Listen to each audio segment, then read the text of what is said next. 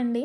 నిన్నైతే మా ఇంటికి బంధువులొస్తున్నారని చెప్పేసి నేను గులాబ్ జామున్ చేశాను. చాలా పర్ఫెక్ట్‌గా వచ్చాయి. నా చిన్నప్పుడైతే గులాబ్ జామున్ తినాలంటే ఏ ఫెస్టివల్స్‌కో గానీ చేయకపోయేది. ఇయర్లీ వన్స్ ఆర్ ట్వైస్ అంతే.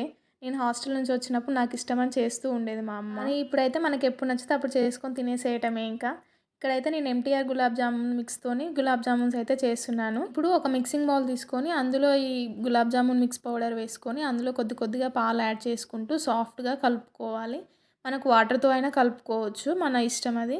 ఇప్పుడు ఇది మొత్తం బాగా మిక్స్ చేసుకున్న తర్వాత కొద్దిగా ఆయిల్ అప్లై చేసుకొని మళ్ళొకసారి బాగా సాఫ్ట్‌గా కలుపుకున్న తర్వాత ఓ మూత పెట్టేసి పక్కనుంచుకోవాలి. ఈ పిండి నానేలోపు షుగర్ సిరప్ అయితే రెడీ చేసుకుందాం. దానికోసం ఒక గిన్నె తీసుకొని అందులో 1 ½ కప్పు వరకు షుగరు, 2 గ్లాస్ వరకు వాటర్ యాడ్ చేసి యాలకులను కొద్దిగా కచ్చాపచ్చాగా దంచుకొని ఈ విధంగా యాడ్ చేసుకొని కలుపుకొని కాసేపు మరిగించుకోవాలి.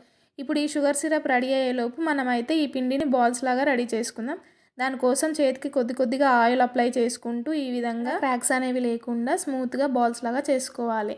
ఇప్పుడైతే ఇక్కడ షుగర్ సిరప్ అయితే రెడీ అయిపోయిందండి. మనం ఇవి డీప్ ఫ్రై చేసుకోవడం కోసం ఆయిల్‌ని హీట్ చేసుకొని అందులో కొద్ది కొద్దిగా వేసుకుంటూ లో ఫ్లేమ్‌లో ఈ విధంగా బ్రౌన్ కలర్ వచ్చే వరకు ఫ్రై చేసుకొని తీసి మనం ముందుగా రెడీ చేసి పెట్టుకున్న షుగర్ సిరప్‌లో వేసుకున్నామంటే మనకు గులాబ్ జామున్ అయితే రెడీ అయిపోతుంది.